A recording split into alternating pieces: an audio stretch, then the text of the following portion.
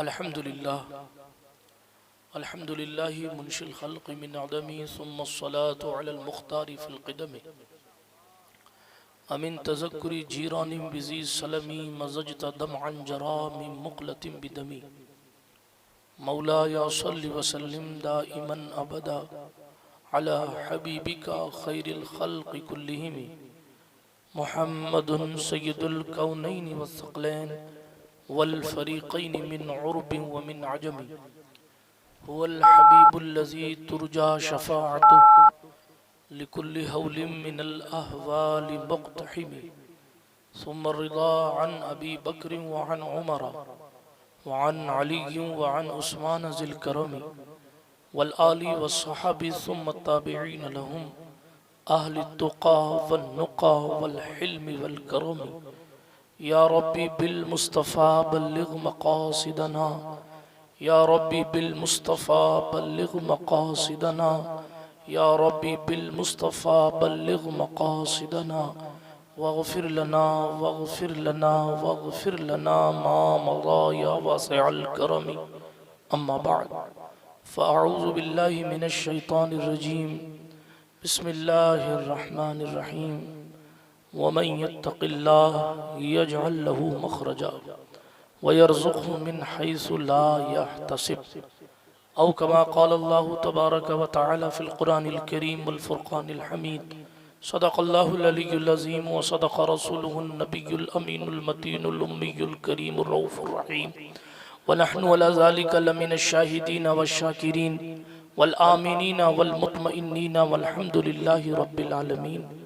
हम पे अहमद का होश आया, हम पे अशरफ का करम, सय्यदी मुख्तार अशरफ बासफ़ा के वास्ते ऐ अशरफ ज़माना ज़माने मददनुमा दरहाए बस्तराज कलीदे करम कुशा सरवरा शाहा करीमा दस्तगीरा अशरफा हुर्मत रूहे पैगंबर एक नज़र कुन सुए माँ मोइनुद्दीन हसन आलम पनाहे बसुए माँ गरीबा यक निगाहे पीरे पीरा मीरे मीरा शाह जीला गौसे पाक एक नज़र दारी बर हाल माँ परेशा गौसे पाक ली खमसतुन नुत्फ़ी बिहा हर्रल वबाइल हातिमा अल मुस्तफ़ा वल मुर्तज़ा वब्नाहुमा वल फ़ातिमा बकार खैश हैरानम अगिस्नी या रसूल अल्लाह परेशानम परेशानम अगिस्नी या रसूल अल्लाह नदानम जुस्तु मावाए नदानम जुस्तु मल जाए तुई खुद साजो सामानम अगिस्नी या रसूल अल्लाह शाहा बेकस नवाजी कुन तबीबा चारा साजी कुन मरीज़े दर्द इस्यानम अगिस्नी या रसूल अल्लाह रज़ा यत साइले बेपर तुई सुल्तान ला तनहर शाह बहरे अज़ी खानम मगसनी या रसूल अल्लाह सल्लल्लाहु तआला अलैहि वसल्लम इलाही खैर गर्दानी बिहक़ मुस्तफ़ा व मुर्तज़ा व शाह जीलानी व शाह सिमनानी।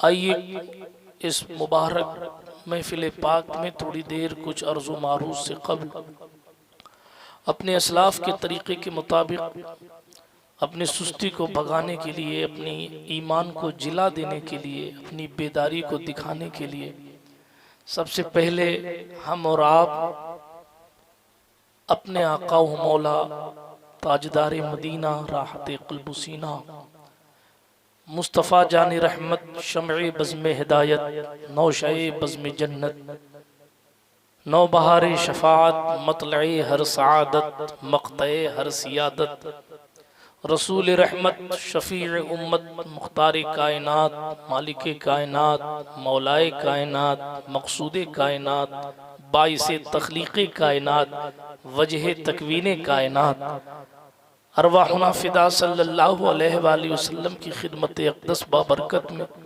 जी लगाकर बुलंद आवाज़ से दुरूद शरीफ का तोहफ़ा पेश फरमाए। पढ़ें अल्लाहुम्मा सल्लि अला सय्यिदिना नबीना मवाना व मलजाना मुहम्मद वाला आलि सय्यिदिना व मौलाना मुहम्मदिन सलातन तुनज्जीना बिहा मिन जमीइल अहवालि वल आफात व तक़दी लना बिहा जमीअल हाजात व तुतहिरुना बिहा मिन जमीइस सय्यिआत व तरफ़उना बिहा इंदका अला दरजात व तुबल्लिगुना बिहा अक़सल गायात मिन जमीइल खैरात फ़िल हयात व बअदल ममात इन्नका क़रीबुन मुजीबुद दअवात व अंता अला कुल्लि शैइन क़दीर। वाह क्या जूदो करम है शहे बतहा तेरा। अब कब सुभान अल्लाह कहेंगे?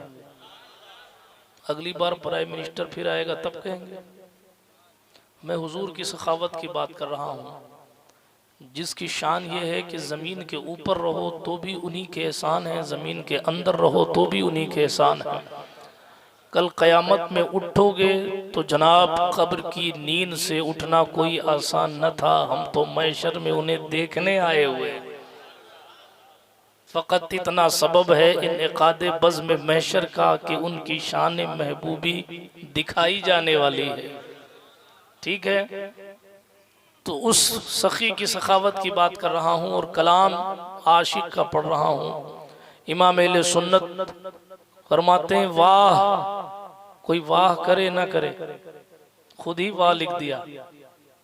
हाँ, इसलिए कि कोई अगर पड़ोसी भी आके बैठ जाए तो उसका चेहरा अगर मुरझाता हो तो मुरझा जाए, दाद दे न दे।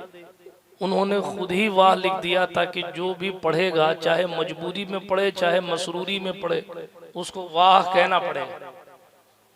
ठीक है, वाह क्या जूदो करम है शहे बतहा तेरा। नहीं सुनता ही नहीं मांगने वाला तेरा। अग्निया पलते हैं दर से वो है बाड़ा तेरा। असफिया चलते हैं सर से वो है रास्ता तेरा। आसमां खान जमी खान जमाना मेहमान, साहिबे खाना लक़ब किसका है तेरा तेरा। मैं तो मालिक ही कहूँगा कि हो मालिक के हबीब, यानी महबूब व मुहिब में नहीं मेरा तेरा। यानी महबूब व मुहिब में यार, यानी महबूब मुहिब में नहीं मेरा तेरा। तेरे सदक़े मुझे एक बूंद बहुत है तेरी। जिस दिन अच्छों को मिले जाम छलकता तेरा। जिस दिन अच्छों को मिले जाम छलकता तेरा। तेरे कदमों में जो है गैर का मुंह क्या देखें, कौन नजरों पे चढ़े देख के तलवा तेरा। तेरे टुकड़ों पे पले गैर की ठोकर पे न डाल, झिड़कियां खाएं कहाँ छोड़ के सदका तेरा।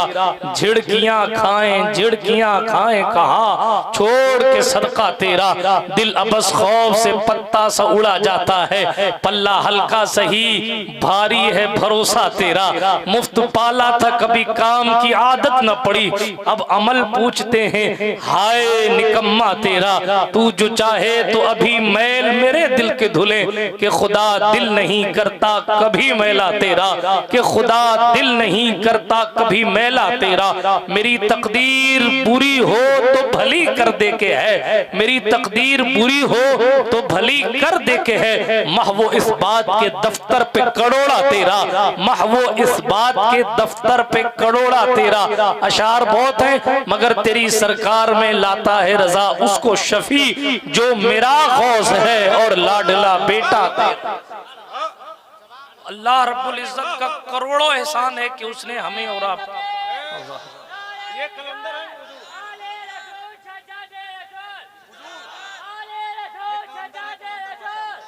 थोड़ा ख्याल कर दीजिए। सुभान अल्लाह, जिंदाबाद।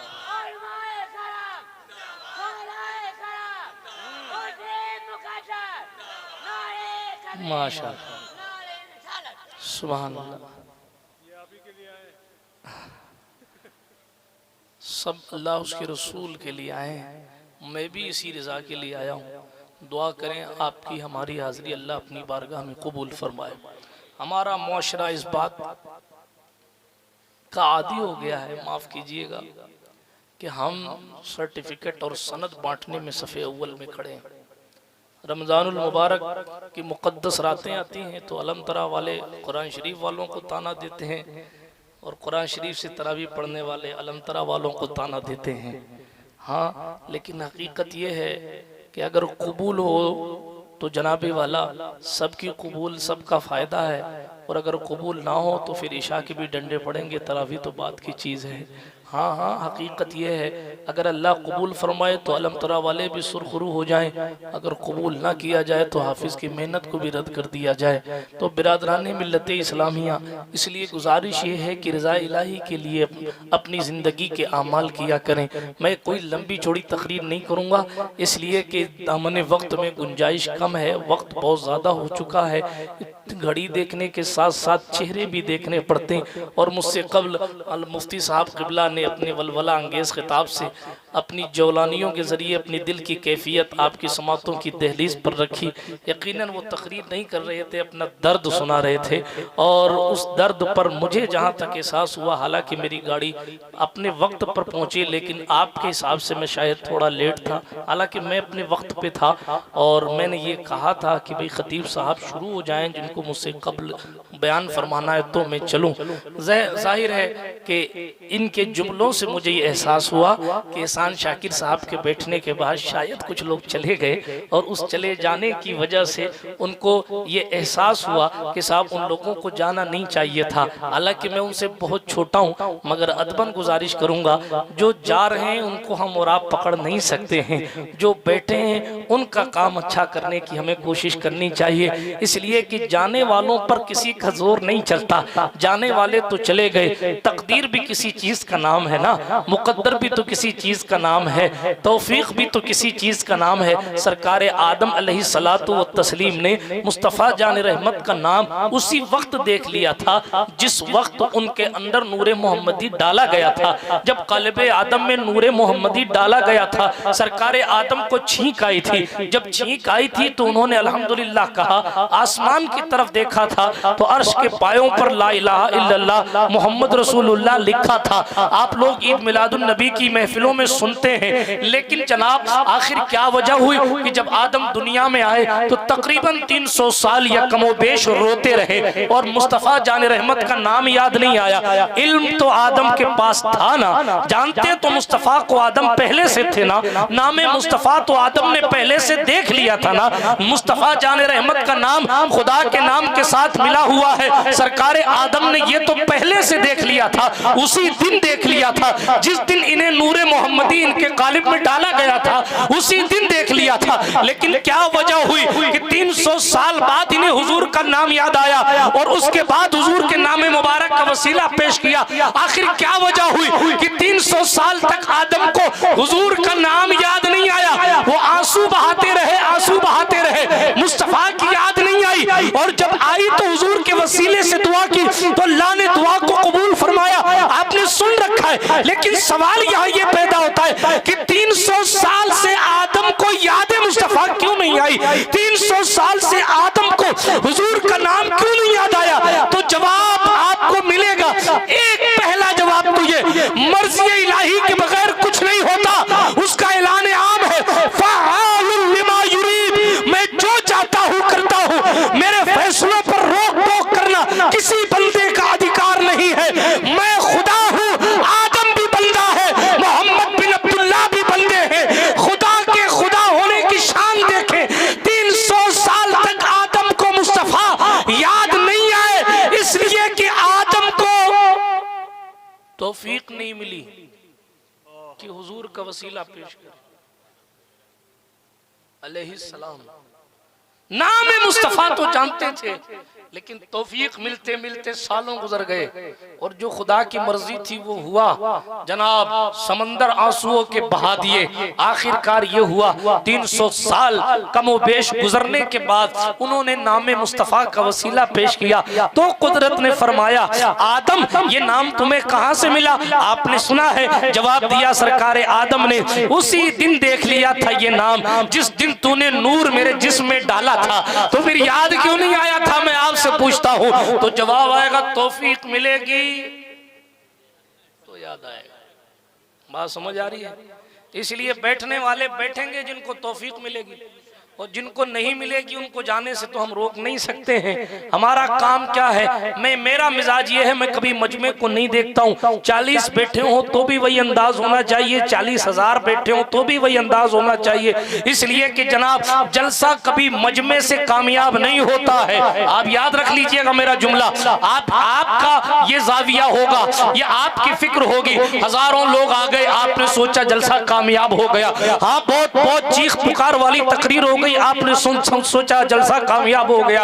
नाथ खां को बहुत पैसे मिल गए या जनाब नारे बहुत लग गए, आपने सोचा जलसा कामयाब हो गया। हालांकि हकीकत यह है 10,000 लोगों में से अगर एक बंदा भी नमाजी बन गया तो जलसा कामयाब हो गया। हजारों लोगों में से अगर एक के दिल में भी हुजूर की तलब पैदा हो गई तो वो बंदा कामयाब हो गया। बूसीरी कैसे बनते हैं? माँ के पेट से बूसीरी बनकर पैदा नहीं होते। आप तारीख पढ़े ना, ये इमाम शरफुद्दीन बूसीरी ऐसे ही थे जैसे हमारे और आपके बच्चे पढ़ते हैं। मकतब जाया करते थे, मदरसा जाया करते थे। माँ ने कहा बेटा और पढ़ाई कर, बाप ने कहा बेटा कमाई कर। और यही हमारा मुआशरा है। बच्चों को मदरसे भेजा जाता है, स्कूल भेजा जाता है, चंद दिन पढ़ाने के बाद कहते बेटा पैसा चाहिए, बंबई चला जा, भूखा रहे, पेट काट के पैसा हमें भेज। जा तू क्या करता उससे हमें नहीं मतलब, हमें तो घर पे पैसे भेज देने चाहिए। फिर माँ बाप रोते हैं कि मेरा बेटा मेरी खैरियत नहीं पूछता। वो आपने बचपन में ठीक से खैरियत नहीं होती तो जवानी में आपकी खैरियत पूछता। माफ कीजिएगा, लेकिन ये सच्ची बातें। बंबई गया, प्रदेश गया, दुबई गया, भूल गया कि मेरी माँ भी है। भूल गया मैं यहाँ एसी में सोता हूँ, वहाँ लाइट भी नहीं रहती है, हाथ वाले पंखे से वक्त गुजारती नहीं याद है। क्यों? इसलिए नहीं याद है क्योंकि बस जेब में पैसा है और पैसा खर्च करने का तसव्वुर है और अपनी जिंदगी यूं ही गुजार रहा है। बिरादराने मिल्लत इस्लामिया, हकीकतें ये हैं कि हम रिज्क की तलाश में इतनी दूर चले गए हैं। मस्जिदें हमें दूर नजर आती हैं, इबादत गाहें हमें दूर नजर आती हैं, मदरसे हमें दूर नजर आते हैं, अमाले साले हमें दूर नजर आते हैं। और करीब क्या है, देखो बाल देखो तो ऐसा लगता है कि जनाब यूरोप का सारा कल्चर यहीं आ गया और पता नहीं चलता कि बकरियों के बाल ज्यादा अच्छे हैं। यहाँ जनाब की कटिंग उससे मिलती जुलती है। हालात ऐसे हैं, पहले तो पैंट फटा होता था तो लोग मस्जिदों के बाहर बैठ जाते थे। कोई जाते जाते 10 रुपया दे के जाएगा कि मेरे पास फटा कपड़ा है ताकि कोई कपड़ा मैं अच्छा पहन लूंगा। आज आप पूछो मुंबई वालों से, जितना ज्यादा पैसा, जितना ज्यादा पैंट फटा होता है उतना ज्यादा पैसा देना पड़ता है। ये हालात हमारे मुआशरे के हैं। हम कई महीनों स्टैंडर्ड के नाम, अभी मैं आरामगाह पे कह रहा था, स्टैंडर्ड के नाम पे 6 महीने पुरानी पैकिंग बोतल पिलाई जाएगी। नल का ताजा ठंडा पानी नहीं पिलाया जाए। हजरत आए बिस्लेरी पेश, बिस्लेरी 6 महीने पहले फेंके भाई, लेकिन स्टैंडर्ड है। हमें इतने अंधेरे में डाल दिया गया। 3 महीने पुरानी माजा की पैकिंग है, सड़ गया होगा अगर उसको चेक कराया जाए तो। लेकिन बोतल हाथ में लेके ऐसे गटगट खड़े होके पीते हैं जैसा लगता है अभी कौसर में असर आ गया। सोचने की बातें ना। मैं अपनी तकरीर को ज्यादा तूल नहीं देना चाहूंगा, लेकिन गौर करें आपने खाने पीने उठने बैठने चलने फिरने में हुजूर को भुला दिया। हालांकि मोमिन की शान ये थी, वो पानी भी पीता था ना, पानी तो 3 सांस में पीता था, इस याद में कि मेरे हुजूर 3 सांस में पीते थे। वो मुस्कुराता था ना, मुस्कुराता था तो इस शान के साथ कि मुस्कुराना मेरे नबी की सुन्नत है।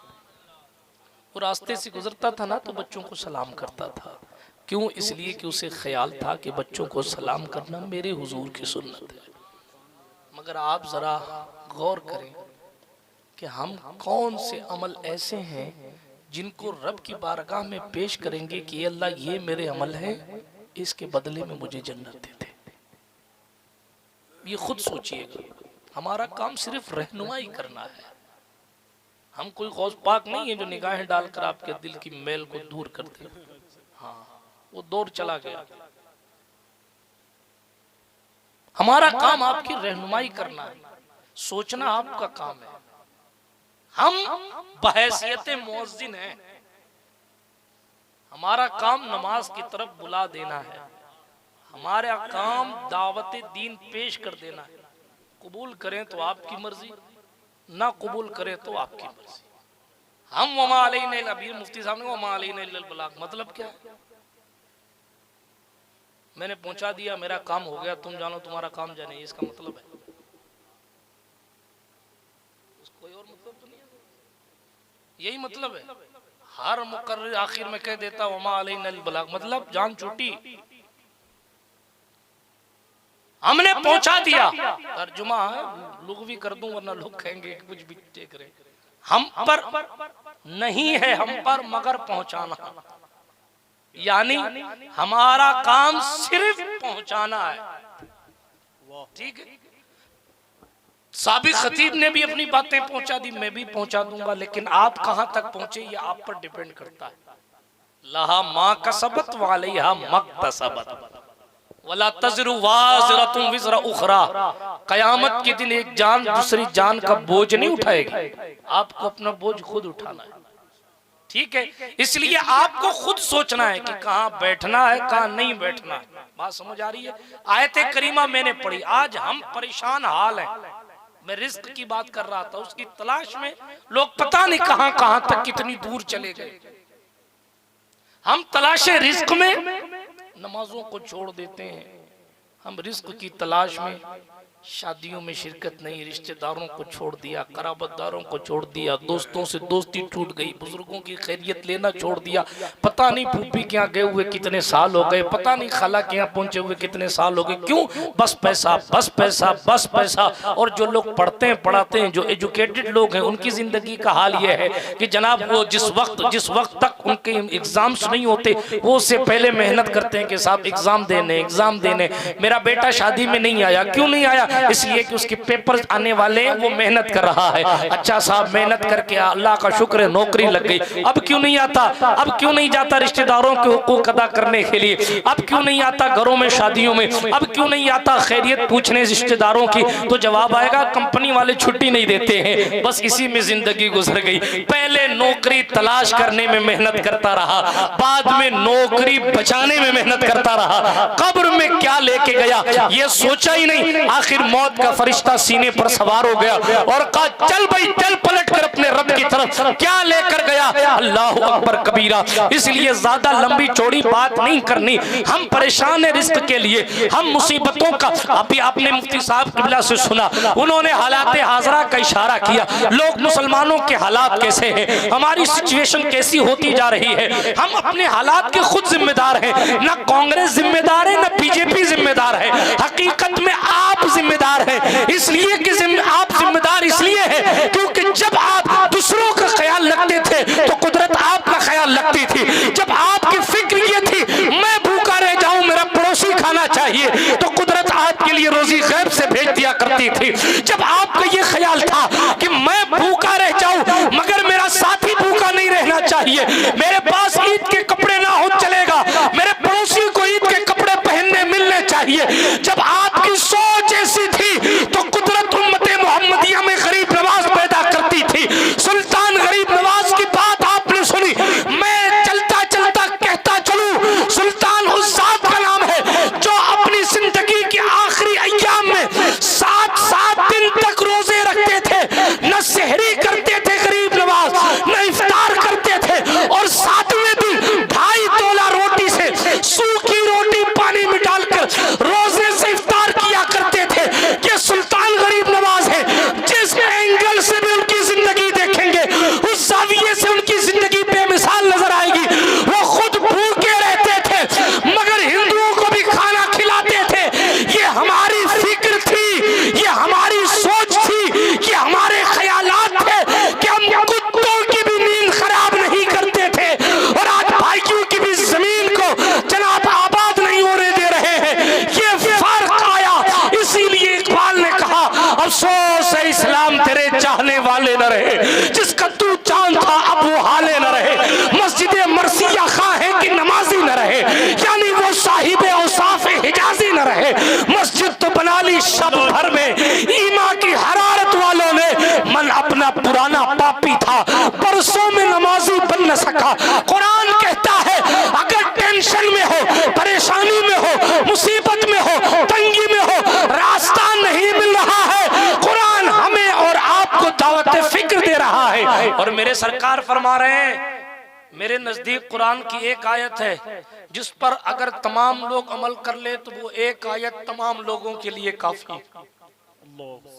साहबा ने पूछा या रसूलल्लाह वो कौन सी आयत? वो वही आयत करीमा का टुकड़ा है जो मैंने आज मौजूए सुखन बनाया। अल्लाह के रसूल अलैहिस्सलाम फरमाते हैं वो आयत सूरह तलाक आयत नंबर 2 का हिस्सा है। वमन यत्तक़िल्लाह यजअल लहू मखरजा, जो अल्लाह से डरता है अल्लाह उसके लिए खुद ही राह बना देता है। जो अल्लाह से डरता है, जो अल्लाह से डरता है उसके लिए खुद राह बना देता। हम कहते हैं जनाबे वाला ये हमारे पास नहीं, वो हमारे पास नहीं, वो हमारे पास नहीं, वो हमारे पास नहीं, वो हमारे पास नहीं। हालांकि अल्लाह कहता है वल्लाहु माअकुम ऐनमा कुंतुम, तुम चाहे जा रहो अल्लाह तुम्हारे साथ है। जब अल्लाहु अकबर कह दिया कि अल्लाह सबसे बड़ा है और फिर ये भी कह दिया कि अल्लाह तुम्हारे साथ है, तो फिर जरूरत किस बात की है? जरूरत सिर्फ इस बात की है कि आप एहसास करें, मन अरफा नफ्सहू फक़द अरफा रब्बहू, जिसने अपने नफ्स को पहचाना उसने अपने रब को पहचान लिया।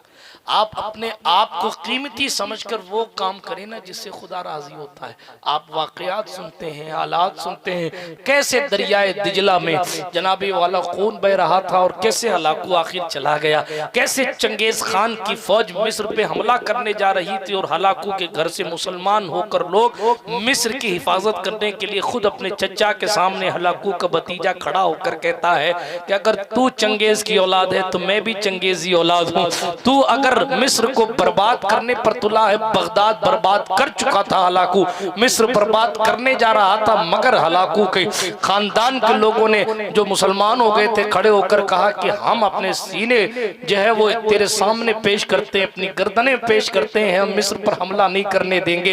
इसीलिए इकबाल का वो मिसरा है ना कि पासबा मिल गए काबे को सनम खाने से। मैं तारीख सुनाने का वक्त नहीं रखता, दामने वक्त में गुंजाइश कम है, लेकिन तेजी के साथ आगे बढ़ता हूँ। आखिर ये कौन सी चीज थी कि समंदरों के किनारे इस्लाम का लश्कर खड़ा होता तो ईरान की फौज ये देखती नजर आती थी कि मुसलमानों ने समंदर के ऊपर घोड़े दौड़ा दिए हैं। आखिर ये कौन सा वक्त था? सुल्तान मोहम्मद फातेह ने जब कुस्तुनतुनिया को फतह किया था, यूं ही तो फतह नहीं हो गया। आज 20 साल का नौजवान इंस्टाग्राम की दुनिया में डूबा है, आज 20 साल का नौजवान फेसबुक की गंदगी में डूब गया है, आज 20 साल का नौजवान यूट्यूब की तन्हाइयों में अपने आप को बर्बाद कर रहा है। इल्ला माशाअल्लाह, मगर एक 20 साल का लड़का वो भी था जिसका नाम हुजूर के नाम पर मोहम्मद रखा गया था, और उस 20 साल के लड़के ने वो कारनामा अंजाम दिया था जो कारनामा दौरे सहाबा से लेकर सल्तनत उस्मानिया के उस बादशाह तक किसी ने अंजाम नहीं दिया था, और वो कारनामा कुस्तुनतुनिया को फतह करना था। जो कुस्तुनतुनिया आज इस्तांबुल के नाम से जाना जाता है, इस्लाम बोल था, कसरत इस्तेमाल की वजह से इस्तांबुल हो गया,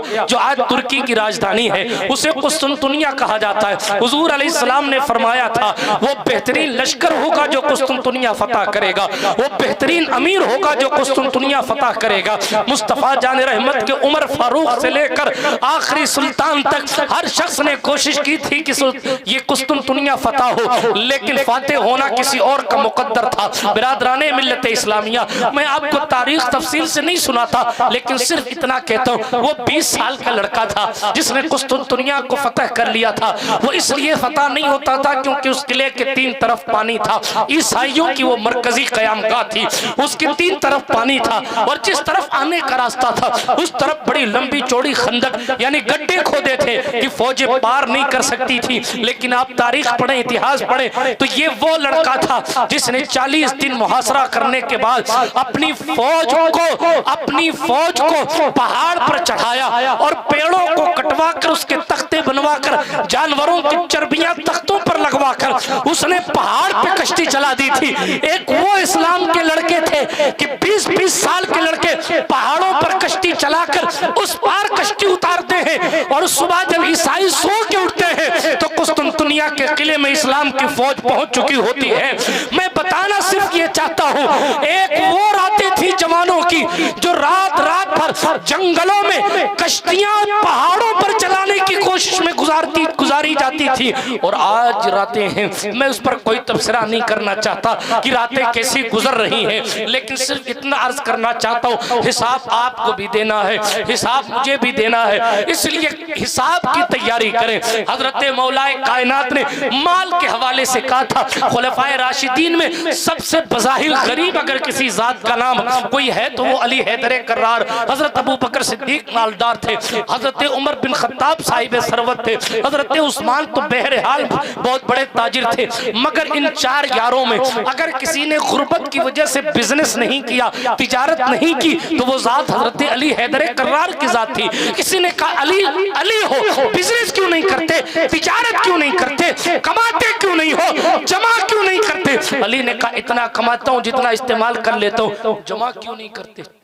हज़रत अली ने तारीखी जुमला फरमाया, मैं उस माल का क्या करूंगा जिसके हलाल पर हिसाब है और जिसके हराम पर अजाब है। जिसके हराम पर अजाब। आईपीएल के सट्टे खेलने वाले और लूडो में पैसा कमाने वाले, या इंटरनेट पर बिटकॉइन और नए नए जुओं के नाम देकर जुआरी बनने वाले लोग जरा गौर करें। 1 रुपया हराम का खाना आपको हराम खोर तो बनाता ही है, लेकिन मुकाशिफतुल कुलूब में इमाम गजाली ने लिखा है, जो 1 रुपया हराम का खाता है, अल्लाह के रसूल फरमाते हैं सल्लल्लाहु अलैहि वसल्लम, जो 1 रुपया हराम का खाकर उसी हाल में मर गया, फरमाया उसका ठिकाना जहन्नम है। कितनी अफसोस की बात है, 1 रुपये में आपने जहन्नम खरीद ली, 1 रुपया में। हालांकि आतिशी जहन्नम पर बात करूंगा तो बात लंबी हो जाएगी, लेकिन सिर्फ इतना अर्ज करता हूँ, कुरान क्या कह रहा है। टेंशन में हो, रास्ता नहीं मिल रहा, क्या करें? हम बाज़ औक़ात खुद से कहते हैं, अपने साथियों से कहते हैं, अरे यार क्या करूं समझ में नहीं आ रहा, क्या करूं समझ में नहीं आ रहा। कुरान कह रहा है अल्लाह से डरो, सब समझ में आ जाए। अल्लाह से डरो तो सही, असबाब पर भरोसा है, खालिक असबाब पर भरोसा न रहा। हम और आप असबाब के मोहताज हैं, माज़अल्लाह अल्लाह सबब का मोहताज नहीं है। वो जब नवाजने पर आता है, जब देने पर आता है, यूं कह ले जब करम फरमाने पर आता है, तो फिरौन के हाथ में ही मूसा को पाल कर बड़ा कर देता है। लेकिन अल्लाह की अमान चाहिए, और जब नजरे करम नहीं फरमाता है तो फिर देखें आप अबू जहलियों का क्या हाल हुआ था। मैं आपसे सिर्फ इतना कहना चाहूँ। अच्छा, इसका अगला हिस्सा आयत करीमा का फरमाया, जब अल्लाह से बंदा डरता है तो अल्लाह उसके लिए राह बना देता है, और फरमाया ऐसी जगह से उसको रिस्क देता है, ऐसी जगह से जहां से उसको गुमान भी नहीं होता कि पैसे यहां से भी आ जाएंगे। बात समझ आ रही है आपको? कुछ लोगों को आ रही है, कुछ लोगों को नहीं आ रही। अच्छा, हाथ उठाकर बताएं या रसूल अल्लाह कह के, या रसूल अल्लाह। जिनके नहीं उठे वो कब उठाएंगे? याद रखें, उठने के बाद ही नारा काम आएगा, उठने के बाद। इसलिए अभी उठा लें, ताकि जब उठ जाएं तो फरिश्ते भी कहें कि हाँ रसूलुल्लाह के नाम पर हाथ उठाने वाला था। हाथ उठा कर कहें या रसूल अल्लाह, हाँ गैज में जल जाएं बेदीनों के दिल, बस या रसूल अल्लाह की कसरत कीजिए। मुस्तफा जान रहमत सल्लल्लाहु अलैहि वसल्लम के दीन का हमने आपने कलमा पढ़ा। कुरान कह रहा है तंगी पा रहे हो, दूर हो जाएगी। क्या कहने, हदीस मुबारका में आया, जो बंदा अल्लाह से डरता है अल्लाह उसको दुनिया के शुबहात से महफूज रखता है। जो बंदा अल्लाह से डरता है अल्लाह उसको मौत की सख्तियों से दूर रखता है। जो बंदा अल्लाह से डरता है कल कयामत के मैदान में अल्लाह उसको जन्नत अता फरमाएगा। एक काम फकत करना है और वो है तकवा, वो है खुदा का खौफ। सिर्फ एक काम कर लेने से दुनिया में भी सुरखरुई मिलेगी, आखिरत में भी। लेकिन है काम बड़ा मुश्किल। किसी ने हजरत अली से पूछा, बात नहीं हदीस पाक भी कही है, बहरहाल हजरत अली से पूछा गया कि हुजूर जन्नत कितनी दूर है? मौलाए कायनात ने फरमाया था, एक कदम नफ्स पे रखो, दूसरा जन्नत में। लेकिन इतना आसान भी तो नहीं है ना, नफ्स कहता है नमाज छोड़ दे, हम छोड़ देते हैं। नफ्स कहता गोश्त खा ले, हम खा लेते। नफ्स कहता है इसको गाली दे दे, हम गाली दे देते। नफ्स कहता है इसके हाथ चूम ले, हम हाथ चूम लेते हैं। हम नफ्स की इत्तिबा कर रहे हैं। हालांकि होना ये चाहिए था कि हम हुजूर की इत्तिबा करें। अगर आप कुर्बानियों से भाग रहे हैं, मैं उलमा की भी तवज्जो चाहता हूं, अगर आप कुर्बानियों से भाग रहे हैं कि बगैर कुछ किए यूं ही मिल जाए, तो नहीं साहब, बड़ी कठिन है डगर पनघट की। हाँ, हजारों साल नरगिस अपनी बेनूरी पे रोती है, बड़ी मुश्किल से होता है चमन में दीदावर पैदा। आप इस बात का ख्याल करें कि इस मुस्तफा जाने रहमत के सहाबा ने कितनी मेहनतें की थी, कितनी उन्होंने कुर्बानियां पेश की थी, कितनी उन्होंने अपने रब को राजी करने के लिए मेहनतें की थी। इजाजत हो तो मैं किस्सा सुना दूं। हुजूर के असहाब का किस्सा सुना। अल्लाह के रसूल सल्लल्लाहु अलैहि वसल्लम ने ऐलान नबूवत फरमाया। लोग आते रहे, मुसलमान होते रहे। बहुत से सहाबा के हाथों पर बहुत से लोग मुसलमान हुए। एक जगह थी, एक कबीला था, कबीला मुजनिया। उस कबीले के लोग जहां बसते थे वो जगह ऐसी थी कि जब मुसलमान मक्कतुल मुकर्रमा से हिजरत करके मदीना तैयबा में जा रहे थे तो वो जगह रास्ते में पड़ती थी। लोग पानी पीने के लिए, चूंकि वहां पानी था और आराम करने की जगह थी, तो हुजूर के सहाबा वहां वुजू वगैरह करने के लिए, पानी का इस्तेमाल करने के लिए उस जगह ठहरा करते थे। मदीना के करीब एक गांव था, वहां बैठते थे। लोग आते रहे, जाते रहे। एक नौजवान था, उसकी उम्र कमोबेश उस वक्त 16 साल की थी। उसका नाम अब्दुल उज्जा था। तवज्जो से सुनिएगा, सावधानी हटी तो दुर्घटना घटी। हाँ, बाद में कहेंगे ऐसा कहा था या ऐसा कहा था। हुजूर अलैहिस्सलातु व तस्लीम के असहाब वहां से गुजरते थे, तो एक जवान था, उसका नाम अब्दुल उज्जा था। वहां बैठकर लोग वुजू किया करते थे, तो उस नौजवान से मुलाकात हुई हुजूर के सहाबा की। तवज्जो रखिएगा कि हुजूर के सहाबा ने मेहनतें कितनी की।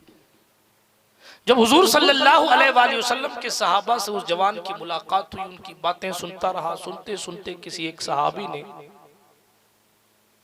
उसको दावते तौहीद पेश कर दी। हालांकि ये नौजवान ऐसा था कि इसका बाप इंतकाल कर चुका था, इसके चाचा ने इसको पाला था, बड़ा किया था, और अमीरी का आलम उस वक्त ये था। तवज्जो रखिए, आज 4 पैसा किसी के पास आ जाए तो वो सोचता है कि नमाज पढ़ना गरीबों का काम है। आज 4 रुपया किसी के पास आ जाए तो कहते नहीं साहब, ये मैयत को गुस्ल देना ये सेठों का काम नहीं है, मरोगे ना तो सब पता चल जाए। किसी मुफक्किर ने कहा था, सारी दुनिया सो रही है, जब मरेंगे तो जाग जाएंगे। अभी मौत नहीं आई है ना, इसलिए हम समझते हैं कि हमें मरना नहीं है।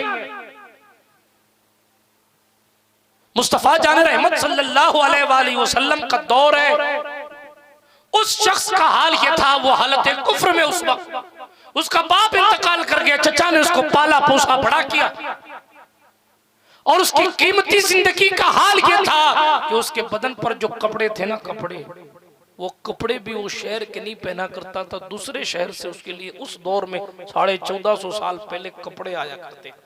आप सोचिए कि दूसरे शहर से जिसके लिए कपड़े आते हों उस वक्त उसकी अमीरी का हाल क्या होगा। लेकिन बाप नहीं था, माँ थी, चचा उसकी परवरिश करता था।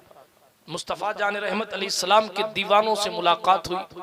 जब हुजूर के सहाबा से मुलाकात हुई तो किसी ने दावत तौहीद पेश कर दी, कुरान की आयतें सुना दी। जब कुरान का नगमा उसके सीने में उतर गया तो उसका दिल मचलने लगा।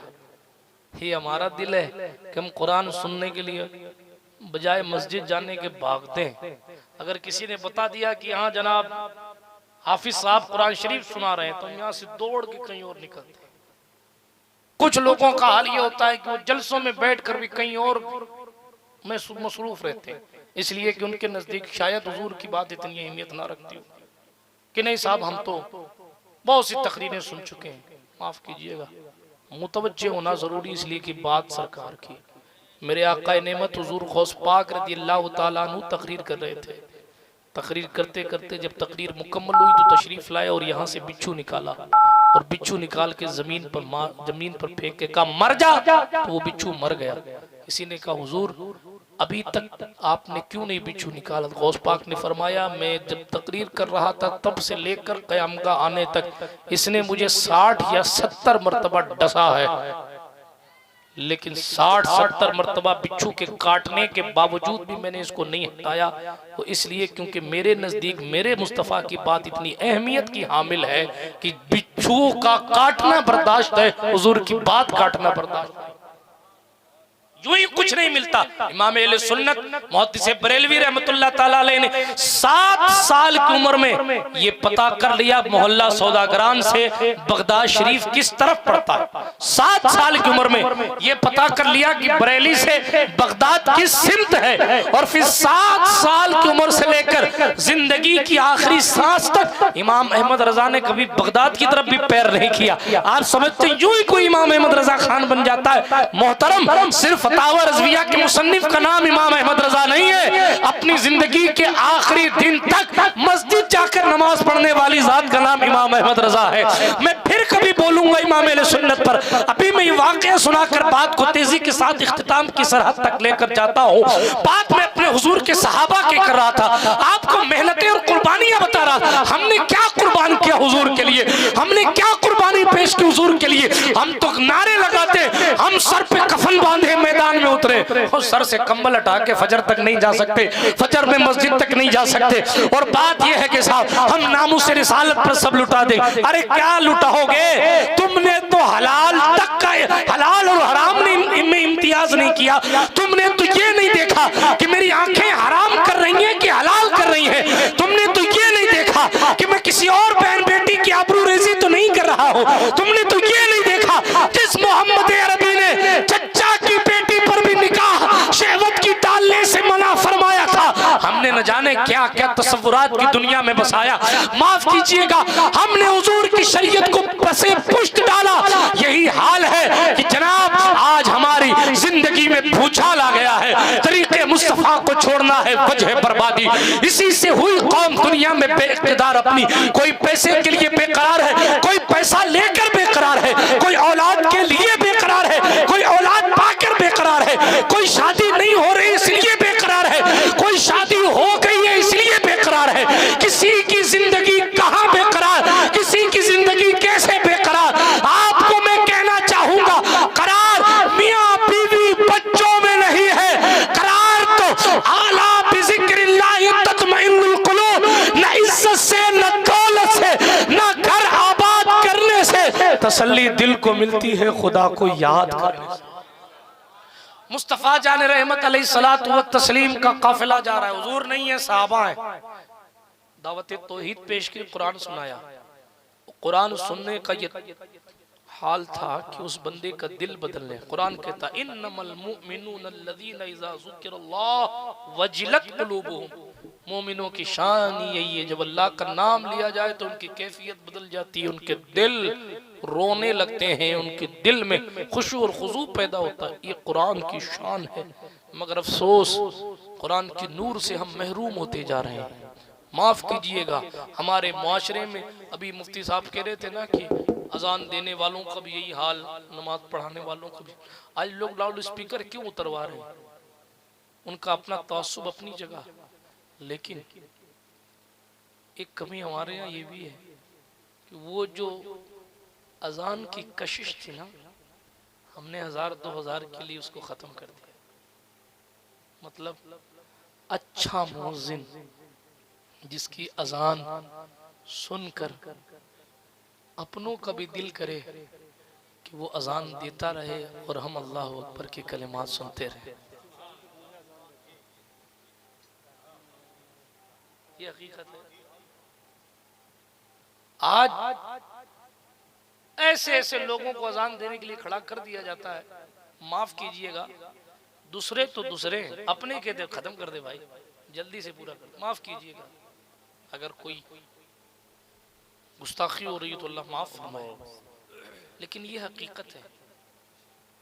एक वो दौर था कि उस दौर में वो दिल से निकलने वाली आवाज और खूबसूरत और दिलकश मुतरन्निम आवाज जब अल्लाह अकबर की सदा देती थी तो फिर ये ऐसा लम्हा होता था कि तातारियों की शहजादी ठहर के कहती थी कि पढ़ कौन रहा है। अब क्यों नहीं लोग रुक के कहते कि भाई सुनाओ जरा सा अज़ान सुनाओ, इसलिए कि मुअज्जिनों की अदाएं बदल गई, उनकी सदाएं बदल गई। अब हमारी कौम का हाल यह है कि मुअज्जिन तो ऐसा रखो 2000 रुपया वाला जो हंसे चचा माजरत चाहता, ये मेरी कौम के वो मरहले हैं जिसमें रोने का मकाम है, रोने का। 2000 से जायद के गुटके खा के थूक देगा, लेकिन मुअज्जिन साहब को 100 रुपया नजरा नहीं। 27वीं शब आएगी ना तो देंगे 100 रुपया, और 7 अफराद हैं अगर नमाज पढ़ने वाले तो 6 कहेंगे अब्बा जी ने दे दिया, अब्बा जी ने दे दिया, हो गया 100 रुपया, काम कोटा पूरा हो गया। ये हाल है। हमने मुअज्जिन की कदर और कीमत को गिरा दिया, हमने सोचा कि वो कोई हैसियत नहीं रखता। हालांकि मेरे हुजूर का गैब देखें, उन्होंने उस वक्त फरमाया था कि क़यामत में मुअज्जिनों की गर्दनें लंबी होंगी और मुअज्जिन को शफाअत का इख्तियार दिया जाएगा और वो शफाअत करेगा रब के दरबार में, मैदान क़यामत में सिफारिश करेगा कि मौला इसको भी बख्श दे, इसको भी बख्श दे। मगर हमने मुअज्जिन तो कोई भी बन जाता, मैं अज़ान दे लेता हूँ। अरे दे लेते हैं साहब, मगर आप लहजा कहाँ से ला रहे हैं? आपने क़िरात सीखी है कि नहीं सीखी है? आपकी आवाज दिलकश है कि नहीं? तो मैं ये गुजारिश करना चाहूंगा कि अपने मुआशरे में, बिलखुसूस अपने हिंदुस्तान की सरजमीन पर ऐसे मुअज्जिन मस्जिदों में रखे जाएं जिनकी आवाजें दिलकश हों। जब उनकी आवाज में कशिश होगी तो लोग ये नहीं कहेंगे एक भोंपू एक स्पीकर और उतार दो, बल्कि लोग कहेंगे यार आवाज अच्छी आती है, एक स्पीकर और लगा दो। कहा भी है लोगों ने, बॉलीवुड के बहुत से लोगों ने इस पर बयान दिया कि हमें अजान अच्छी लगती है। क्यों? इसलिए कि अजान देने वालों के कलिमात उनके दिल तक पहुंचते होंगे। दिल तक पहुंचने की कोशिश कीजिए, इस्लाम दिल तक पहुंचने का नाम है। हुजूर अलैहिस्सलातु व तस्लीम ने मजबूर नहीं किया किसी को। हुजूर अलैहिस्सलातु व तस्लीम ने गर्दन पर तलवार रखकर कलमा नहीं पढ़ाया, बल्कि हुजूर और हुजूर के सहाबा ऐसा दिल में उतर गए कि बंदा कह गया कि नहीं अब आपका दामन छोड़ के तो जाना ही नहीं। ये हकीकत है, इस पर बहुत सारे वाकयात हैं। हम बहुत सारे वाकयात मुस्तफ़ा जान रहमत अलैहिस्सलातु व तस्लीम के और हुजूर के असहाब के, लेकिन अल्हम्दुलिल्लाह इस वक्त मुझे याद भी है, लेकिन मैं ये किस्सा पूरा कर दूं वरना रह जाएगा। अर्ज ये कर रहा था, रसूल पाक सल्लल्लाहु ताला अलैहि वसल्लम का दौर है। मुस्तफ़ा जान रहमत के कलमा पढ़ने वालों ने, हुजूर के सहाबा ने उस नौजवान को दावत तौहीद पेश की। उस नौजवान ने इस्लाम कबूल कर लिया, इस्लाम कबूल कर लिया। उसने इस्लाम कबूल किया, साहबा से कुछ कुरान सीखा और जनाबे वाला अकेले रहता तो कुरान मुकद्दस की तिलावत किया करता, गुनगुनाता रहता, जंगलों में चला जाता और चारों तरफ देखता कि कोई मुझे देख तो नहीं रहा, फिर वो अकेले नमाज भी पढ़ लिया करता था। ऐसी कंडीशन उस जवान की हो गई। सालों गुजर गए, 1 साल गुजरा, 2 साल गुजरे, 3-4 साल तकरीबन गुजर गए। अब उसका ये ख्याल था मेरा चचा मेरा मुशफिक है, मेरा चचा मेरा मोहसिन है, मैं चाहता हूँ काश मेरा चचा भी मुसलमान हो जाए। अगर मेरा चचा मुसलमान हो जाएगा तो मुझे इस्लाम का इजहार करने में, इस्लाम का ऐलान करने में कोई दुश्वारी पेश नहीं आएगी। इसलिए वो अपने चचा के पास बैठता था और कहता था, चचा यसरब की सरजमीन पर एक इंसान ने नबूवत का दावा किया है, चचा उसकी बातें बड़ी प्यारी प्यारी हैं। अच्छा इसने हुजूर को अभी तक देखा नहीं है, मगर हुजूर के जलवों का तज़किरा सुना है। इसने हुजूर को देखा नहीं है, हुजूर की बातें सुनी है। इसका दिल कहता है जिसकी बातें इतनी खूबसूरत है उसकी जात कितनी खूबसूरत होगी। उसने अभी तक हुजूर को देखा देखा नहीं है, मुस्तफ़ा जान रहमत की ज़ियारत से मुशर्रफ नहीं हुए हैं, अभी शरफ़ सहाबियत हासिल नहीं किया, मुसलमान हो गए हैं मगर शरफ़ सहाबियत नहीं मिला, इसलिए कि हुज़ूर अलैहिस्सलात व तस्लीम को देखा नहीं, हुज़ूर से मुलाकात अभी तक हुई नहीं। अल्लाहु अकबर कबीरा। अब अपने चचा को वो कभी कुरान सुनाते हैं, कभी उनका हाल ये है कि वो हुज़ूर की बात सुनाते हैं, कभी इस्लाम की खूबसूरती बताते हैं, लेकिन चचा अपने भतीजे को बच्चा समझकर उसकी बात सुनता है और एक कान से सुनता है दूसरे कान से निकाल देता है। अल्लाहु अकबर। वक्त गुजरता रहा, जब तकरीबन 4 साल गुजर गए और वो बंदा सुनने के लिए तैयार नहीं, तो फिर एक दिन उसने अपने चचा से कहा, चचा मैंने बहुत मेहनत की कि आप मेरे साथ आ जाएं, मैंने बहुत मेहनत की कि आप भी ला इलाहा इल्लल्लाह की सदा लगाएं, मैंने बहुत मेहनत की कि आप मेरे साथ आकर अपने इस्लाम अपने दीन को कबूल कर लें। अल्लाह अकबर। लेकिन आपने मेरी एक बात न सुनी, आपने मेरी बातों पर कान नहीं रखा। अब मैं मदीना जा रहा हूं, मैंने इस्लाम कबूल कर लिया है, आपको बता रहा हूं, और मैं सब कुछ छोड़कर मदीने जा रहा हूं, अपने सरकार से मिलने जा रहा हूं। अल्लाह अकबर। उस चचा ने कहा, तेरा दिमाग खराब है? तवज्जो रखिए, अब तेरा दिमाग खराब है? तुझे पाला मैंने, तुझे दूसरे शहर से मंगाकर कपड़े मैंने दिए, तेरे बाप के मरने के बाद तुझे छोटे से बड़ा मैंने किया। चचा मानता हूं आप मेरे मौसी ने, मैं आपकी कोई गुस्ताखी नहीं कर रहा। चचा कहते हैं, अगर मेरा एहसान मानता है तो सुन, मैं अभी हुक्म देता हूं कि दीन छोड़ दे। उस जवान ने कहा, चचा आपकी मोहब्बतें सर आंखों पर, मगर मोहम्मद अरबी का इश्क सर चढ़ के बोल रहा है, अब तो वो नशा नहीं उतरेगा, आप जो कहें वो मैं करने को तैयार हूं। चचा ने कहा, सुन, तू जो खाता है वो मेरा माल है, तू जहां सोता है वो मेरा घर है, यहां तक कि तूने जो पहना है ये मेरे दिए हुए कपड़े। अगर तुझे मदीने जाना है, खाना नहीं मिलेगा, चला जाएगा, वापस आने नहीं दूंगा, और ये जो कपड़ा तूने पहन रखा है मैं ये कपड़े भी उतरवा लूंगा। चचा ने सोचा कि मैं जब इतनी भारी बात करूंगा तो वो यकीनन बदल जाएगा, लेकिन अल्लाह अकबर। रसूल पाक अलैहिस्सलाम के दीवानों, जरा गौर से सुनो, गौर से दीन की बात, अपनी बातें घर जाके कर लेना, मेरी बात अपनी हुजूर की बात सुनो। हम लोग कोई मजलूम लोग नहीं है जो इतनी इनकिसारी और इतने प्यार से आप, ना ही कुछ बिके हुए लोग। मैं फिक्सिंग वाला मुकर्रिर नहीं हूँ कि आपको कहूँ जो कमेटी वाले कहें वो मैं बोलूँ, इसलिए कि नहीं कहोगे, नहीं बोलोगे तो नहीं, वो सब कुछ नहीं।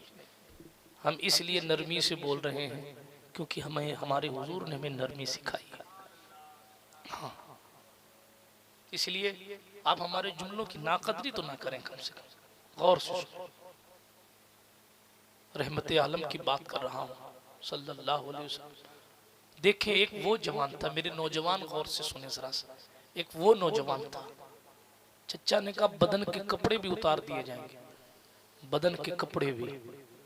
उसने एक लम्हा नहीं लगाया, उसने कहा, आप कहें तो मैं भी उतार देता हूँ, मगर हुजूर का नाम तो दिल से नहीं निकलेगा।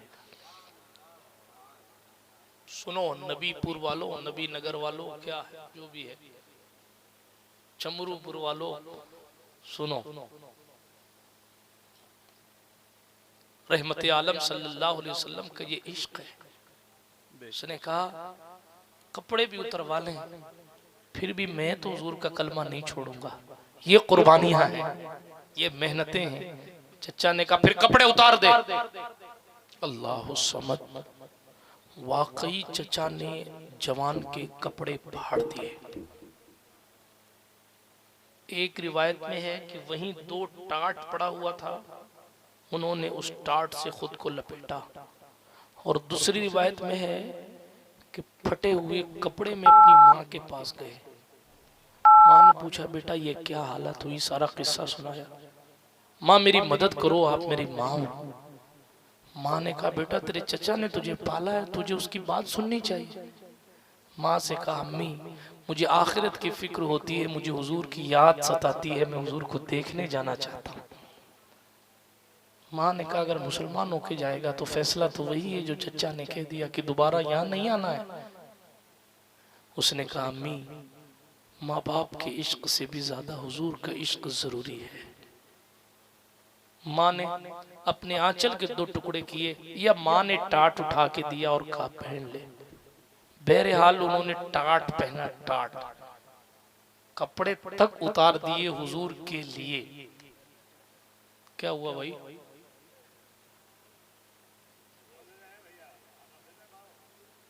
ये राहुल गांधी की सभा नहीं है,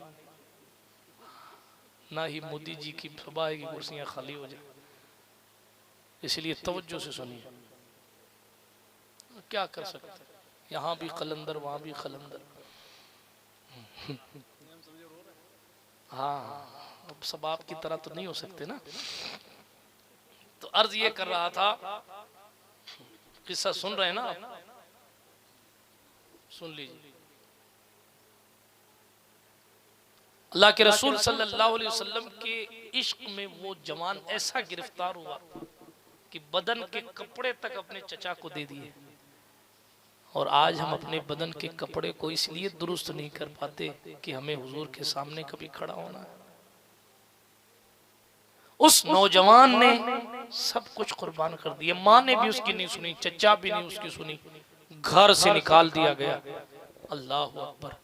अब मदीने की तरफ वो नौजवान पैदल ही रवाना, क्योंकि सवारियां भी छीन ली गई, पैदल ही रवाना। ये है कुर्बानी।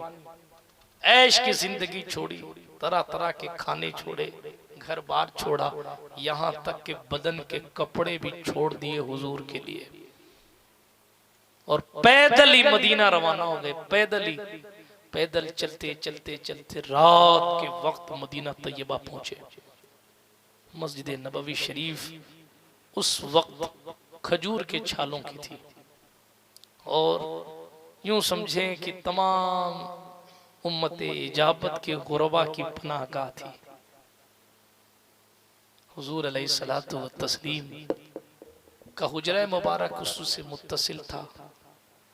ये साहबी नौजवान इस वक्त इनकी उम्र कमोबेश 20-21 साल थी, पहुंचे। और जब पहुंचे मस्जिद नबवी में क़याम किया। रात मुश्किल से गुजरी कि जब महबूब आएंगे जिनको देखने के लिए मैंने सब कुछ छोड़ दिया है, वो मुझे कबूल भी करेंगे कि नहीं करेंगे, ये भी गौर करने की बात है। वो मुझे कबूल करेंगे कि नहीं करेंगे, वो मुझे रहने देंगे कि नहीं रहने देंगे, क्योंकि मैंने अभी तक तो हुजूर को देखा नहीं, हुजूर ने मुझे देखा नहीं। वो मुझे अपनी बारगाह में कबूल करेंगे अपनी गुलामी में या नहीं करेंगे। इन्हीं ख्यालात में हुजूर की याद में रात गुजर गई। मुअज्जिन वक्त ने अज़ान फज्र दे दी, जमात का वक्त हुआ तो वो शाहे वाला अपने हुजरे मुबारका से बाहर तशरीफ लाए। हुजूर जैसे हुजरे से बाहर निकले सल्लल्लाहु अलैहि वसल्लम, इस आशिक़ सादिक ने हुजूर को देखा और आंखें झमाझम बरसने लगी। अभी तक हुजूर को देखा नहीं था, जिसका कलमा पढ़ा था, जिसके लिए सब छोड़ दिया था ताकि वो मिल जाएं, उन्हें आज देखा है। मुसल्ले पाक पर हुजूर तशरीफ फरमा हुए, और एक रिवायत में यह है कि हुजूर अलैहिस्सलाम खुद इंतजार फरमा रहे थे। बहरहाल रसूल रहमत सल्लल्लाहु अलैहि वसल्लम ने फजर की नमाज पढ़ाई। आदत के मुताबिक हमारे और आपके पैगम्बर आज़म सल्लल्लाहु अलैहि वसल्लम ने किबले की तरफ पीठ की और लोगों की तरफ मुंह करके बैठ गए। हुजूर की आदत थी कि फजर पढ़ाने के बाद जो खुद ख्वाब देखा है या वो बयान फरमाते या सामईन में से पूछते कि किसी ने कोई ख्वाब देखा है, तो वो सुनकर उसकी ताबीर बयान फरमाया करते थे। बहरहाल थोड़ी देर हुजूर की नसीहत हुआ करती थी। फजर के बाद हुजूर अलैहिस्सलातु व तस्लीम ने लोगों की तरफ चेहरा किया ना, तो सामने ही वो टाट पहने हुए नौजवान बैठा था। आप तसव्वुर करें, कच्ची जमीन है, खजूर की छालों की छत है, और कायनात का मुख्तार तशरीफ फरमा है। मालिक कौनैन हैं गो पास कुछ रखते नहीं, दो जहां की नेमतें हैं इनके खाली हाथ में। सामने सामने उन अबू बकर उस्मान वाली तलहा व जुबैर की महफिल में एक ऐसा जवान भी आया है जो नया चेहरा है। साहबा देख रहे हैं ये कौन है, और उनकी कंडीशन ये है कि यहाँ भी टाट है, यहाँ भी टाट है। हुजूर ने करीब बुलाया, करीब।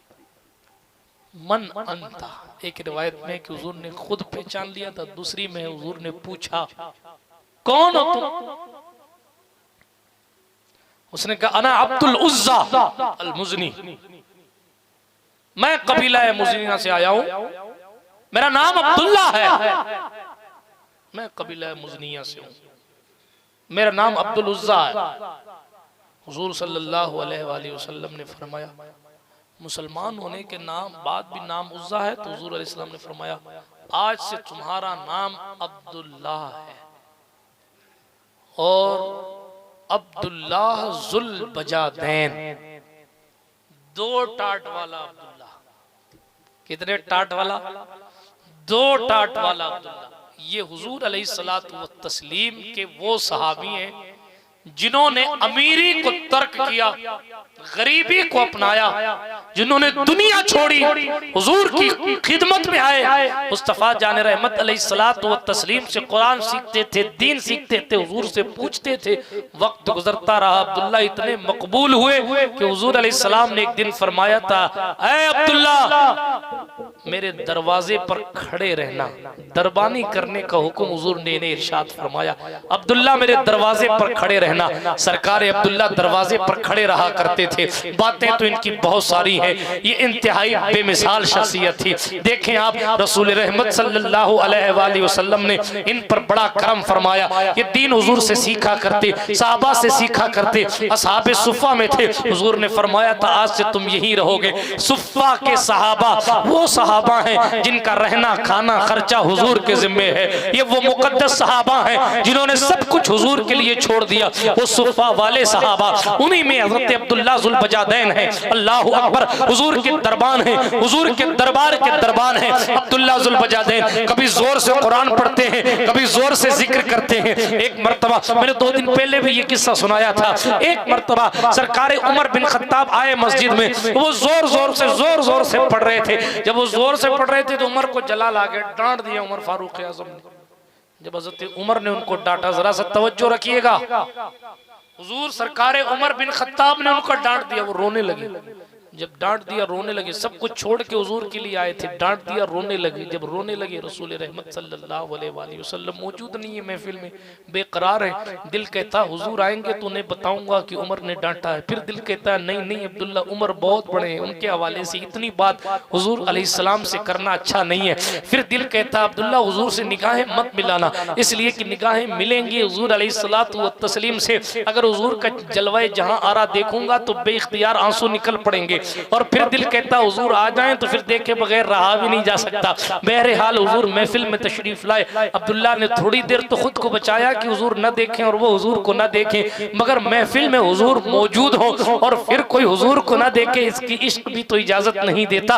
आखिरकार हुजूर अलैहिस्सलाम की जलवाए जहां आरा पर रुखे वद्दुहा पर नजर पड़ी। अब्दुल्ला बेकरार होकर रोने लगे। जब वो रोने लगे, बेकरार हुए, हजरत अब्दुल्ला ज़ुल बजादैन की आंखों से बेतहाशा आंसू निकलने लगे। मैं अपने करीम के कुर्बान जाऊं। मुस्तफा जान रहमत ने देखा कि गुलाम रो रहा है, सिसक सिसक के रो रहा है। अली नहीं रो रहे थे कि मेरा चचा का बेटा रो रहा है, अबू बकर नहीं रो रहे थे कि मेरे ससुर रो रहे हैं या मेरा साथी रो रहा है, उमर नहीं रो रहे थे, उस्मान ज़ुन्नूरैन की बात नहीं थी। एक गरीब सहाबी जिसका बाप जमाना पहले इंतकाल कर चुका, एक गरीब सहाबी जिसने सब कुछ अल्लाह रसूल के लिए छोड़ दिया, एक गरीब सहाबी, यानी बज़ाहिर गरीब, यूं तो हुजूर का कोई सहाबी गरीब नहीं है, वो कायनात का अमीर है। इसलिए कि पीरों का पीर भी जब उनका गुलाम है तो हुजूर के सहाबा कितने अमीर होंगे। अर्ज ये कर रहा था, मुस्तफा जान रहमत सल्लल्लाहु अलैहि वसल्लम ने बुलाया नहीं हजरत अब्दुल्ला को,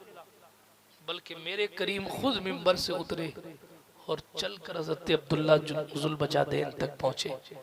माँ युबकी का या अब्दुल्ला, तुमको किस चीज ने रुलाया अब्दुल्ला, किस चीज ने रुलाया? हजरत अब्दुल्ला जुल्बजादैन ने सुना, दिल ने कहा बता दूं उमर ने डांटा है, लेकिन उमर करीब खड़े हैं, इश्क इजाजत नहीं देता कि हुजूर के साथी हुजूर अलैहिस्सलातु व तस्लीम से इतनी मोहब्बत करने वाले उमर फारूक आजम, जिससे खुद हुजूर भी मोहब्बत फरमाते हैं, उनके हवाले से मैं हुजूर से कुछ कहूँ। मगर उमर भी तो फिर उमर है ना। जब वो बेतहाशा रोने लगे तो सरकार उमर ने खुद कहा, या रसूल अल्लाह, मैंने इसको डांट दिया है इसलिए रो रहा है। अब सुने मेरे हुजूर का इख्तियार, मेरे हुजूर की करम नवाजी। हम और आप कहाँ हैं? हम सोचते हैं कि मौलाना साहब दुआ करेंगे तो ही कबूल होगी, हम सोचते हैं सैयद साहब हाथ उठाएंगे तो ही कबूल होगी, हम सोचते हैं कि पीर साहब हाथ उठाएंगे तो ही कबूल होगी। हालांकि हमारे हुजूर की शान देखें, उमर उमर है, उमर है, लेकिन हुजूर ने कहा उमर, इसने अल्लाह और उसके रसूल के लिए सब कुछ छोड़ दिया है, इसलिए तुम कभी इसको डांटोगे नहीं। उमर बिन खत्ताब को पाबंद कर दिया गया, तुम कभी इसको डांटोगे नहीं। हुजूर इस गरीब साहबी पर कितने करम फरमाए। बहरहाल बहुत सारे वाक़यात इनके हैं। मैं इख्तिताम की तरफ आने लगा। ग़ज़वा तबूक में जब ये जाने लगे ना, तो ये हुजूर की खिदमत में आए सल्लल्लाहु अलैहि वसल्लम और कहा, रसूलल्लाह दुआ फरमा दें, अल्लाह मुझे शहादत का जाम अता फरमाए। हुजूर ने हाथ उठाए और कहा, ए अल्लाह, मैंने अब्दुल्ला जुल्बजादैन के खून को कुफ्फार पे हराम कर दिया है, किसी की तलवार इस पर ना चले। हज़रत सरकार अब्दुल्ला कहने लगे, हुजूर मैं तो आया था शहादत मांगने के लिए और आप हाथ उठा कर कह रहे हैं कि मैंने कुफ्फार पर तेरा खून हराम कर दिया। हुजूर ने फरमाया, अब्दुल्ला, सिर्फ तलवार लगने से शहीद नहीं होते, तो जब राह जिहाद में निकल गया है तो अब तुझे बुखार भी आ जाए और फिर इस हाल में तेरा इंतकाल हो जाए, तब भी तू शहीद ही है। ठीक, और हुआ भी यही। हजरत अब्दुल्ला बिन मसूद रदियल्लाहु ताला अन्हु कहते हैं, उम्मत के मुफ्ती हैं अब्दुल्ला बिन मसूद, फकीह उम्मत कहे जाते हैं अब्दुल्ला बिन मसूद रदियल्लाहु ताला। हजरत इमामुल अइम्मा इमाम आजम अबू हनीफा रदियल्लाहु ताला अन्हु अगर किसी और सहाबी की रिवायत, अजिल्ला साहबा के अलावा किसी और सहाबी की रिवायत सामने आ जाए और एक तरफ अब्दुल्ला बिन मसूद की रिवायत हो, तो हजरत अब्दुल्ला बिन मसूद की रिवायत को तरजीह दी जाती है। इतनी पढ़ी लिखी जात अब्दुल्ला बिन मसूद की, हुजूर के साहिबुल विसादा हैं, हुजूर के तकिया, हुजूर का मिसवाक, हुजूर का लोटा, हुजूर की जूतियां बारहा अपने साथ रखा करते थे। अब्दुल्ला बिन मसूद वो सहाबी, वो रिवायत करते हैं, एक दिन रात को मैं उठा, जब मैं उठा तो मैंने देखा हुजूर सल्लल्लाहु अलैहि वसल्लम अपने खेमे में नहीं है। फिर मैं उठ के फौरन अबू बकर सिद्दीक के खेमे में पहुंचा तो मैंने देखा अबू बकर भी अपने खेमे में नहीं है। फिर मैंने हजरत उमर की तरफ निगाह की तो वो भी अपने खेमे में नहीं थे। मैं बेकरार हो गया, या अल्लाह ये क्या आफत आ गई, हुजूर भी नहीं है, अबू बकर भी नहीं है, उमर भी नहीं है, फिर लश्कर का क्या होगा, जंग अभी तक हुई नहीं और हुई भी नहीं। वो कहते हैं मैं तलाश करता करता बाहर निकला तो मैंने देखा दूर एक जगह रोशनी नजर आ रही है। अब्दुल्ला बिन मसूद कहते हैं कि मैं वहां पहुंचा। जब वहां पहुंचा तो मैंने देखा हुजूर के कुछ सहाबा वहां खड़े हैं, बिलखुसूस शेखैन यानी हजरत अबू बकर उमर खड़े हैं। हजरत अबू बकर उमर के हाथ में एक नौजवान का लाशा है, एक नौजवान का लाशा है। कब्र खोदी जा रही है। हुजूर रहमतुल्लिल लिल आलमीन खुद तशरीफ फरमा है, देख रहे हैं कौन साहब है ये। जवाब आया, ये तुम्हारा भाई अब्दुल्ला जुल्बजादैन है। शाम को इसको बुखार आया और इसका इंतकाल हो गया। अब रात की तारीकी में हजरत अबू बकर उमर और दूसरे असहाब यहाँ खड़े हैं और इन्हें कब्र में उतारने के लिए तैयार हैं। कब्र खोदी गई। हजरत अबू बकर सिद्दीक कब्र में उतरना चाहते थे या उतर गए थे। हुजूर सल्लल्लाहु अलैहि वसल्लम ने फरमाया, अबू बकर जरा पीछे हटो, मैं खुद इसकी कब्र में उतरूंगा। ये उन 5 खुशनसीब शख्सियतों में से एक ज़ात है जिनकी कब्र में खुद हुजूर उतरे हैं। हुजूर की चादर मिल जाए अगर सहाबा को ना, तो वो कहते थे कि अब हमारी कब्र में अजाब नहीं आएगा। हालांकि सहाबा पर तो क्या अजाब आना, उम्मत को फिक्र देते थे कि हुजूर से कोई चीज टच हो जाए तो वो टच हुई मस हुई चीज भी कब्र के अजाब को रोक देती है। जिसकी कब्र में खुद हुजूर उतरे हों उसका मर्तबा कितना बुलंद होगा। लेकिन एक गरीब शख्स था, नहीं कोई बहुत बड़े अली खानदान का शहसवार तो नहीं था, कोई बहुत बड़ा मुजाहिद तो नहीं था, कोई बहुत बड़ा बहादुर तो नहीं था, लेकिन बहुत बड़ा आशिक जरूर था। आशिक था, हुजूर के खानदान का नहीं था मगर आशिक मुस्तफ़ा था। अल्लाह अकबर। हुजूर खुद कब्र में उतरे और सरकार अबू बकर उमर से हुजूर बार बार फरमाते थे अपने भाई को जरा नरमी से पकड़ो। अपने भाई को, लाशा पकड़ा हुआ था ना उन्होंने जिस्म, तो अपने भाई को जरा नरमी से पकड़ो। हुजूर ने 2-3 मरतबा फरमाया और आखिरकार ये हुआ कि हुजूर अलैहिस्सलाम जब कब्र में उतरे तो हुजूर ने खुद अपने दोनों हाथों को फैला दिया और दोनों हाथों को फैलाकर उस गरीब सहाबी को दोनों हाथों से खुद हुजूर ने संभाला और फिर अपने हाथों से हुजूर ने उन्हें कब्र में उतारा। ये उसका मुकद्दर था। और फिर उनकी कब्र पर खड़े होकर हुजूर ने हाथ उठाया और आसमान की तरफ देखकर कहा, ऐ मेरे अल्लाह, मैं मोहम्मद सल्लल्लाहु अलैहि वसल्लम शाम तक इससे राजी था। जब तक ये दुनिया से गया नहीं था तब तक मैं इससे राजी था, इसलिए मैं दुआ करता हूँ तू भी इससे राजी हो जा। अब हुजूर ने ये दुआ की ना तो अब्दुल्ला बिन मसूद की आंखें भर आईं और कहते मौत की तमन्ना तो नहीं करनी चाहिए, मगर मैं कहता हूँ काश उस अब्दुल्ला की जगह ये अब्दुल्ला होता तो मुकद्दर ही संवर जाता। अब्दुल्ला बिन मसूद कहते हैं काश उस अब्दुल्ला की जगह, अब्दुल्ला जुल बजादैन की जगह मैं होता तो मेरा मुकद्दर संवर जाता कि हुजूर ने अपने हाथों से उसको कब्र में रखा। हुजूर खुद कब्र में उतरे। हुजूर रहमतुल लिल आलमीन ने उसके लिए ऐसी दुआ फरमाई कि गारंटेड जन्नती। बिरादरान मिल्लत इस्लामिया, ये हज़रत अब्दुल्ला जुल बजादैन है। सुनाने का मकसद सिर्फ इतना है कि आप इस ख्याल में ना रहें कि इनका ताल्लुक़ हुजूर से ज़्यादा है, उनका ताल्लुक़ हुजूर से ज़्यादा है। वो करीम है जिस पर करम फरमाए। पता नहीं मजमे में कौन हुजूर की ज़ियारत कर चुका हो और स्टेज पर किसने ना की हो। जाहिर बात है हम जाहिर को देखते हैं लेकिन हकीकत तो खुदा जानता है। हकीकत वाले हकीकत को जानते हैं कि माजरा क्या है, मामलात क्या हैं। इसलिए दोस्तों मैं आपको ये वाक़या सिर्फ इसलिए सुना रहा हूँ ताकि ये आपको पता चले 1000 कुर्बानियों के बाद अगर बंदा रसूलुल्लाह की चौखट तक पहुँचता है तो हुजूर उसे कैसे बामुराद फरमाते हैं। इसीलिए हमें भी चाहिए हम गुनाहों को तर्क करें, अय्याशियों को छोड़ें, बुराइयों को छोड़ें, बेनमाजी होने की आदत को छोड़ दें, लोगों की बुराइयां करने की आदत को छोड़ दें, उलमा पर तनकीद करने की आदत को छोड़ दें, लोगों के साथ बदसलूकी करने की आदत को छोड़ दें, दूसरों की जमीन दबाने की आदत को छोड़ दें, दूसरों के साथ बुरा सलूक करने की आदत को छोड़ दें, रिश्तेदारों के हुकूक पामाल करना छोड़ दें, मुस्तफ़ा जान रहमत की सुन्नतों पर अमल पैरा हो, नमाजों की पाबंदी करें, कुरान सीखें, हुजूर की बातें सीखें, हुजूर की सुन्नतों पर अमल करें, अपनी औलाद को हुजूर अलैहिस्सलाम का दीन सिखाएं, खुद अपने दिल में अल्लाह का खौफ रखें, अपने बच्चों को खुदा का खौफ दिलाएं। हम ये कुर्बानियां पेश करें।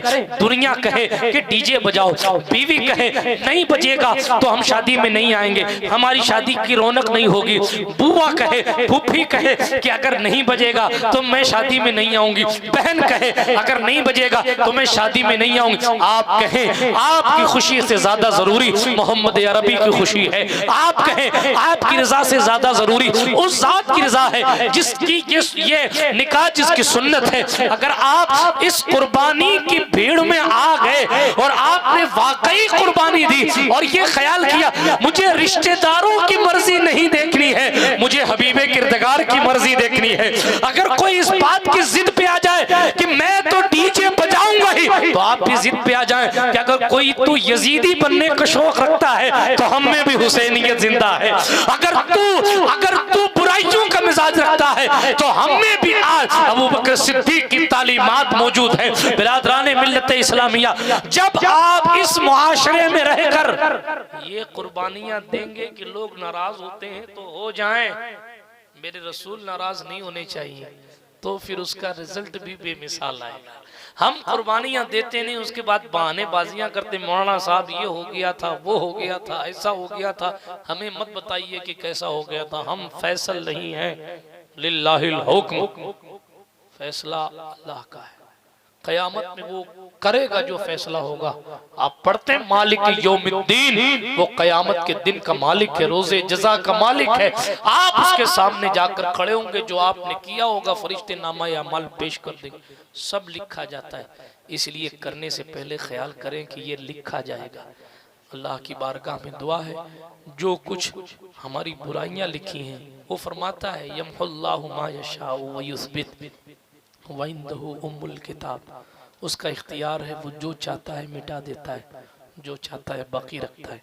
रब की बारगाह में दुआ गो, जो बुराइयां हमने आपने कर ली हैं अल्लाह उसको मिटा दे, क़यामत के मैदान में उसका इजहार न करें, वरना यहाँ बहुत मुअज़्ज़ज़ बनकर फिरते हैं। क़यामत में जब ऐब खुलेंगे तो इज़्ज़त पानी पानी हो जाएगी। इसलिए अल्लाह की बारगाह में रात के इस आखिरी पहर में दुआ करता हूँ कि मेरे करीम से हमारे आपके नामा अमाल में जो गुनाह लिख दिए गए हैं वो मिटाने पर कादिर है, अल्लाह मिटा दे।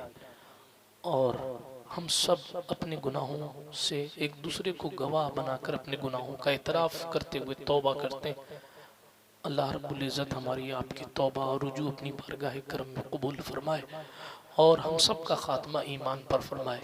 जिन नौजवानों ने इतनी मेहनतें की हैं, मशक्क़तें की हैं, इस महफ़िल पाक को सजाया है, आप लोगों ने कुर्बानियाँ दी हैं, अभी तक बैठे रहे हैं, अल्लाह सब की हाज़िरी को शरफ़ इजाबत बख्शे, सब की मेहनतों को कबूल फरमाए। और जिन जिन लोगों ने हुजूर की गौसे पाक इमाम अहले सुन्नत के नाम की इस महफ़िल पाक को सजाया है, अल्लाह पाक उनके दिलों को सजा दे और उनको ऐसा बना दे कि वो सुल्तान गरीब नवाज गौसे पाक और सरकार इमाम अहले सुन्नत अलैहि रहमतु व रिज़वान के नक्शे कदम पर चलें और उनकी तालीमात को अपनी ज़िंदगी में आम करें। अल्लाह पाक हमें और आपको मैदान क़यामत में रुसवा होने से बचाए और अपना तक़वा अता फरमाए। यार जिंदा सोहबत बाकी, अस्तग़फिरुल्लाह ताला रब्बी मिन कुल्लि ज़ंबिन व अतूबु इलैह व आखिरु दावाना अनिल हम्दुलिल्लाहि रब्बिल आलमीन।